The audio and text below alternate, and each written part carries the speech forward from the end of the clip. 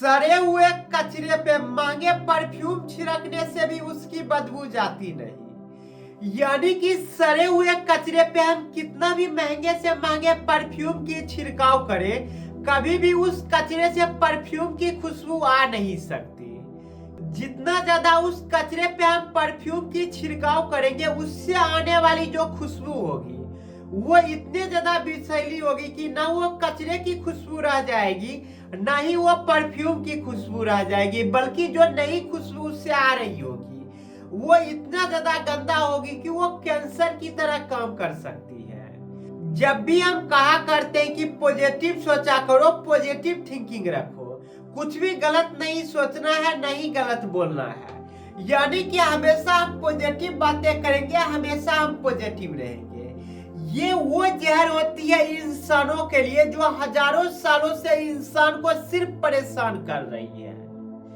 जिसे हम positive thinking कहते हैं, वो कभी भी पॉजिटिव थिंकिंग नहीं होती, बल्कि बुराइयों को ना देखना ही पॉजिटिव थिंकिंग कहलाती है। यानी कि अगर हम सड़क पे बाइक को चला रहे हैं और हम सिर्फ ये सोचेंगे कि हम अच्छे से जाएंगे, हमारे साथ कुछ बुरा हो नहीं सकता, यानी कि हम एक्सीडेंट के बारे में ना सोचेंगे और न ही इसको दिमाग में आने देंगे, तो इसी चीज को पॉजिटिव थिंकिंग कहते हैं।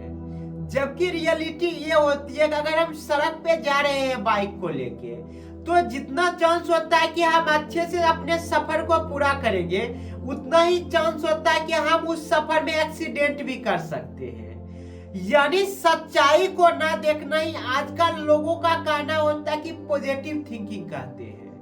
यानी कि जो चीजें हो सकती है उन चीजों में सिर्फ उन चीजों को हम प्रीफर करेंगे जो हमारे लिए अच्छी चीजें होगी। अगर हम मेहनत कर रहे हैं तो मेहनत करने के बाद हम फेल भी हो सकते हैं, लेकिन हम फेल को जरा सा भी नहीं सोचेंगे, सिर्फ सक्सेस पे नजर रखेंगे, तो इसे कहते हैं पॉजिटिव थिंकिंग। ये वो जहर होती है जो इंसानों को आज तक फायदा नहीं करवा पाई है। यानी कि जब भी हम पॉजिटिव थिंकिंग की बात करते हैं या कहते हैं कि हमेशा पॉजिटिव थिंकिंग ही करना चाहिए, इसे सबसे पहले अपने जीवन से उखाड़ के फेंकना चाहिए। जब तक हम पॉजिटिव थिंकिंग को अपने से दूर नहीं फेंकेंगे, तब तक हम कभी भी अपने सबकॉन्शियस माइंड को प्रोग्राम नहीं कर सकते। यानी कि अगर हम चाहते कि हमारा सबकॉन्शियस माइंड उस तरह से काम करे जिस तरह से मैं करवाना चाहता हूँ, जो इस सबकॉन्शियस माइंड की क्षमता है, इसकी एक्चुअल क्षमता को बाहर लाए और इसकी यूज करके हम अपने जीवन को बेहतर बनाए, ये तभी हो सकता है जब पॉजिटिव सोचना हम बंद करेंगे। पॉजिटिव सोचना ठीक उसी तरह से है कि कचरे पे हम परफ्यूम मार के हम ये सोच रहे हैं कि परफ्यूम इतना ज्यादा मार देंगे कि वहां से कचरे की बदबू कभी आएगी ही नहीं। पर सच्चाई ये होती है कि यहाँ जो स्टेप लेना होता है, सबसे पहला जो स्टेप होता है वो होता है कचरे को साफ करना। अगर कचरे को साफ कर देंगे तो हम परफ्यूम की जरूरत ही नहीं पड़ेगी। यानी कि बदबू को हटाने के लिए जो हम खुशबू ला रहे थे, अगर बदबू वहां पे रहेगी ही नहीं तो हमें खुशबू की जरूरत ही नहीं पड़ेगी। और अगर एक बार हम कचरे को हटा दिए, उसके बाद अगर परफ्यूम मारते हैं, तो वहां से जो खुशबू आएगी वो सिर्फ आएगी उस परफ्यूम की जिस परफ्यूम को हम छिड़के थे। यानी कि जब भी इंसान बात करता है कि सिर्फ पॉजिटिव सोचो, पॉजिटिव थिंकिंग रखो, इसका मतलब ये होता है वो इंसान अंदर से डरा हुआ है, वो बस इतना चाह रहा होता है कि जो चीजें बुरा हो सकता है उसके बारे में हम सोचेंगे ही नहीं। अगर मेरे साथ बुरा हो गया तो उस समय देख लेंगे, लेकिन उससे पहले मुझे इसके बारे में सोचना ही नहीं है। पर सबसे बड़ी प्रॉब्लम ये होती है इस पॉजिटिव थिंकिंग एटीट्यूड की वजह से लोग उन चीजों को मिस कर देते हैं जिन चीजों से संभल के रहना चाहिए। जैसे कि स्टार्टिंग के टाइम में कार का खोज हुआ, लेकिन जब कार सड़क पे चल रही थी तो बहुत बार एक्सीडेंट होता था कार का, और कार में बैठे जितने भी लोग होते थे सभी लोगों की जान चली जाती थी। तो यहाँ पे हर कार कंपनी के पास सिर्फ दो ही ऑप्शन रहती थी। एक ऑप्शन तो ये कि सिर्फ पॉजिटिव सोचो कि एक्सीडेंट क्यों ही होगा, यानी कि सड़क पे चलेंगे तो हम ये मान के चलते कि एक्सीडेंट कभी होगा ही नहीं, और कभी एक्सीडेंट नहीं होगा तो मुझे कोई भी ऐसी चीज बनानी ही नहीं है जिन चीजों से एक्सीडेंट में बचा जा सके। एक ये तरीका होता है जो पॉजिटिव थिंकिंग की होती है, जो कि आजकल हर लोग यूज कर रहे हैं। और दूसरा जो तरीका होता है वो ये होता है कि हम ये सोचेंगे कि सड़क पे चलेंगे तो एक्सीडेंट भी हो सकती है और हमारा जो सफर है वो अच्छी भी हो सकती है, यानी कि दोनों पॉसिबिलिटीज है। तो एक पॉसिबिलिटी जिसमें कुछ होगा ही नहीं तो इसके बारे में कुछ करना ही नहीं है, लेकिन दूसरा जो प्रोबेबिलिटी है वो है एक्सीडेंट होने की।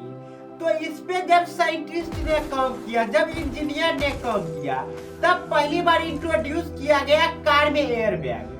जहाँ पे एक्सीडेंट होती है एयर बैग खुल जाती है और इंसानों की जान बचा ली जाती है। अगर यहाँ पे सिर्फ कार कंपनी पॉजिटिव थिंकिंग को सोचता तो कभी भी एयर बैग नहीं बन पाता, और एयर बैग ना बनने की वजह से आज जो इतने लोगों की जान एक्सीडेंट में बच जाती है वो बचना पॉसिबल ही नहीं था।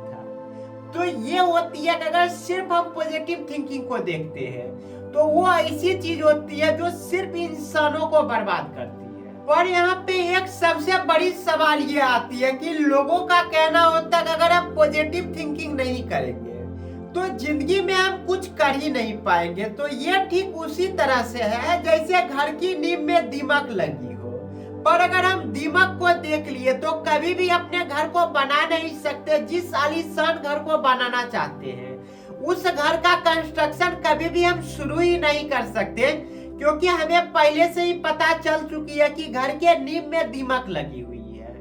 अगर यहाँ पे हम बड़ा से बड़ा मकान भी खड़ा करते तो हमारा मकान कुछ ही दिनों में गिर जाएगी, क्योंकि इसका जो नींव है वही कमजोर हो चुकी है और उसमें जो दीमक लगी हुई है धीरे धीरे उस नींव को और ही ज्यादा कमजोर कर रही है।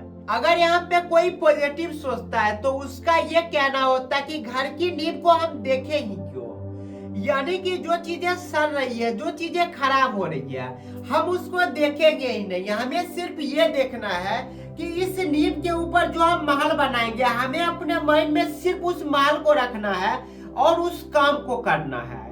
यानी कि पॉजिटिव थिंकिंग ये कहती है कि घर के नींव को नहीं देखो, क्योंकि घर के नींव को देखेगा तो नींव में लगी दीमक तुम्हें दिखाई देगी, और उस दीमक को देख लोगे तो तुम कभी भी घर बनाने का सोचोगे ही नहीं, क्योंकि पहला जो तुम काम करोगे वो करोगे दीमक को हटाने के बारे में, फिर दूसरा जो काम करोगे वो करोगे नींव को मजबूत करने के बारे में, और तीसरा जो काम करोगे वो करोगे महल बनाने को लेके।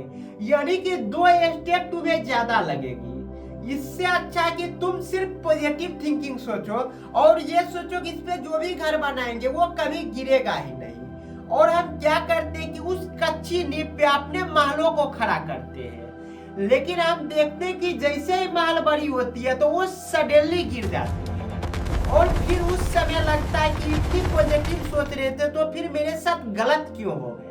यहाँ पे एक चीज वो है जो सबसे बड़ी चीज है, वो है पॉजिटिव थिंकिंग क्यों ही करना। पॉजिटिव थिंकिंग का मतलब ही होता है कि डर हमारे अंदर बैठा हुआ है और हम इस डर को नहीं देख के हम सिर्फ उन चीजों को देखना चाहते हैं जो चीजें हम हासिल करना चाहते हैं। तो यहाँ जो डर होता है, इस डर के नींव पे अगर हम पॉजिटिव थिंकिंग को रखते हैं तो वो कभी भी सफल नहीं होता, हमेशा वो असफल हो जाता है। यानी कि सबसे पहला जो काम करना होगा, हमें अपने डर को मारना होगा।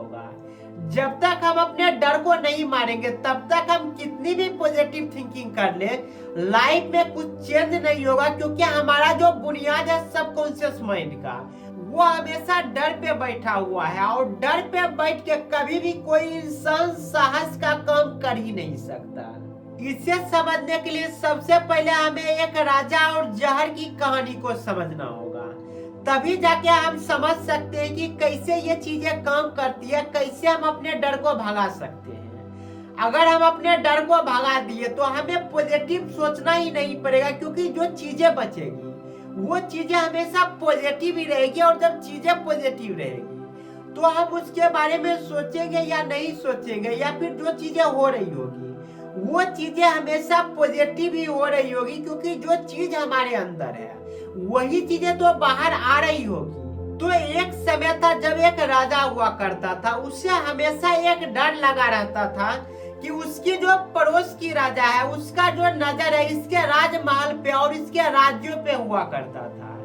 तो इस राजा को हमेशा डर लगा रहता था कि किसी दिन वो पार्टी में बुलाएगा और पार्टी में बुलाने के बाद मुझे वो जहर दे देगा और जहर की वजह से मेरी मौत हो जाएगी। यानी कि जो मेरा पड़ोस का राजा है वो कभी ना कभी मेरे खाना में जहर मिला देगा और जहर मिलाने की वजह से जब मैं उस खाने को खाऊंगा तो मेरी मौत हो जाएगी। इन चीजों से वो जो राजा था हमेशा डरा हुआ रहता था। तो राजा के पास सिर्फ यहाँ पे दो ही ऑप्शन थी। पहला ऑप्शन तो ये था कि सोचना ही, क्योंकि अगर वो राजा बुलाता है तो मैं जाऊंगा और जाने के बाद मैं वहां पे कुछ खाऊंगा भी।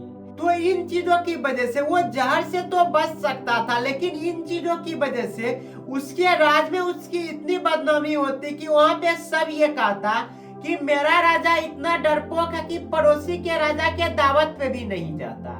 यानी एक ओर जो थी इज्जत दांव पे लगी हुई थी और दूसरी ओर अगर राजा के किसी भी दावत में जाता है तो वहां पे उसको अगर जहर दे दिया जाएगा तो इस राजा की मौत हो जाएगी। यानी एक ओर जो राजा को डर सता रही थी वो इस चीज का डर था कि अगर मैं जाऊंगा तो मेरी मौत हो सकती है और अगर मैं नहीं जाऊंगा तो मेरी इज्जत बचेगी ही नहीं। यानी कि कोई मेरा इज्जत नहीं करेगा, क्योंकि डरपोक राजा का इज्जत आज तक कोई कर ना सका।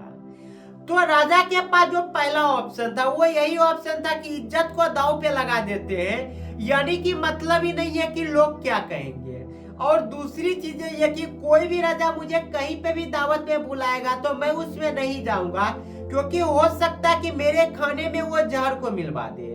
लेकिन एक तीसरा डर ये भी था कि क्या पता मेरे राजमहलों में किसी को वो अपनी ओर शामिल कर ले और जो मेरे राजमहल में मेरे नौकर है वो खाने में ही जहर को मिला दे और अगर मैं उस खाने को अपने घर में भी खाता हूँ तो मेरी मौत हो जाएगी। यानी कि राजा का जो डर था वो धीरे धीरे और भी ज्यादा बढ़ने लगी, क्योंकि वो हमेशा से डरने लगा कि अगर मेरे खाना में जहर को मिला देगा तो क्या होगा, मैं तड़प के मरूंगा।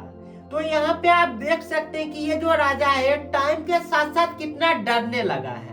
लेकिन यहाँ पे राजा के पास एक दूसरा रास्ता था। वो रास्ता ये था कि जिस जहर से हम डर रहे हैं अगर उस जहर को अच्छे से जान लेंगे तो मुझे डरने की जरूरत ही नहीं पड़ेगी। तो यहाँ पे राजा क्या करने लगा कि हर दिन जब वो खाना खाता था तो उस जहर का एक छोटा सा टुकड़ा हमेशा खाना में मिला के खाने लगा और टाइम के साथ साथ वो ये देखने लगा कि वो जहर इसके शरीर पे असर ही नहीं कर रही। यानी कि पहला दिन जब वो जहर का छोटा टुकड़ा खाया था तो उसने देखा कि शरीर पे बहुत ज्यादा असर हो रही है, दस्त आ रही है, बुखार आ गई है, यानी कि वो बीमार पड़ रहा था। लेकिन हर दिन उस डोज को मेंटेन रखा, टाइम के साथ साथ उस जहर के डोज को बढ़ाते गया, जहां पे ये देखा कि एक समय के बाद जहर उस पे असर ही नहीं कर रही है। तो फिर एक दिन ऐसा हुआ कि जब पड़ोस के राजा के यहाँ दावत लगी थी जहां पे सभी राजाओं को बुलाया गया था, वहां पे इस राजा को भी बुलाया गया था। तो जैसे ही ये राजा वहां पे गया तो इसे पता था कि सामने में जो राजा है इसको पहले से मेरे राज पे नजर है, ये चाह रहा है कि किसी तरह से मेरी मौत हो जाए और ये उस राज पे जाके कब्जा कर ले। तो सभी राजाओं के बीच वहां पे जाम को बांटा गया। जाम बेसिकली क्या होती है कि जैसे आजकल शराब होती है उस प्रकार से पहले के समय में राजा के पीने के लिए चीजें हुआ करती थी। तो यहाँ पे इस राजा को जो प्याली मिली थी उसमें जहर को मिला दिया गया था। लेकिन जैसे ये जो राजा था प्याली में भरी उस जाम के साथ जहर को भी पिया तो इस राजा के साथ कुछ हुआ नहीं, जिसे देख के बाकी राजा भी हैरान था, क्योंकि यहाँ पे जो दावत रखी गई थी वो इसीलिए रखी गई थी कि किसी तरह से इस राजा को इनवाइट किया जाए और इसको मारने के बाद इसकी सारी जमीन को, सारा राज को अपना बना लिया जाए। जहाँ पे सब लोग ये देख के हैरान हो गए कि ये जहर पीने के बाद ये राजा मरा क्यों नहीं। तो यहाँ पे हो ये रही थी कि जिस जहर का डर इस राजा के पास था उस जहर को वो डेली पीता गया थोड़ा थोड़ा करके, और एक समय ऐसा आया कि उसका शरीर हैबिटेट हो गया इस जहर को लेके। उसके शरीर ने इस जहर को अपने इम्यून सिस्टम में अडेप्ट कर लिया, जहाँ पे इस जहर का जो असर है अब उस राजा पे कभी हो ही नहीं सकता। यानी कि हम यहाँ पे देख रहे हैं कि जिस जहर की वजह से राजा डरा करता था, जब उस जहर को ही वो पीने लगा थोड़ा थोड़ा करके, तो उस राजा का डर ही जहर के प्रति खत्म हो गया। अब जो वो जहर है इस राजा का कुछ बिगाड़ नहीं सकता। यानी कि अब अगर राजा को कोई धोखे से मारना चाहे खाने में जहर को देके, तो इस राजा को कोई मार नहीं सकता। तो क्या यहाँ पे इस राजा को कभी भी पॉजिटिव थिंकिंग की जरूरत करनी पड़ेगी कि मेरे खाना में कोई जहर को भी मिला सकता है या जहर को नहीं मिला सकता है? तो इसका जवाब है नहीं, क्योंकि अगर कोई खाने में जहर को मिला भी देता है या फिर खाने में जहर को नहीं भी मिलाता है, तो इस राजा के जीवन में उसका कोई फर्क ही नहीं पड़ेगा। यही चीजें होती है इंसानों के साथ।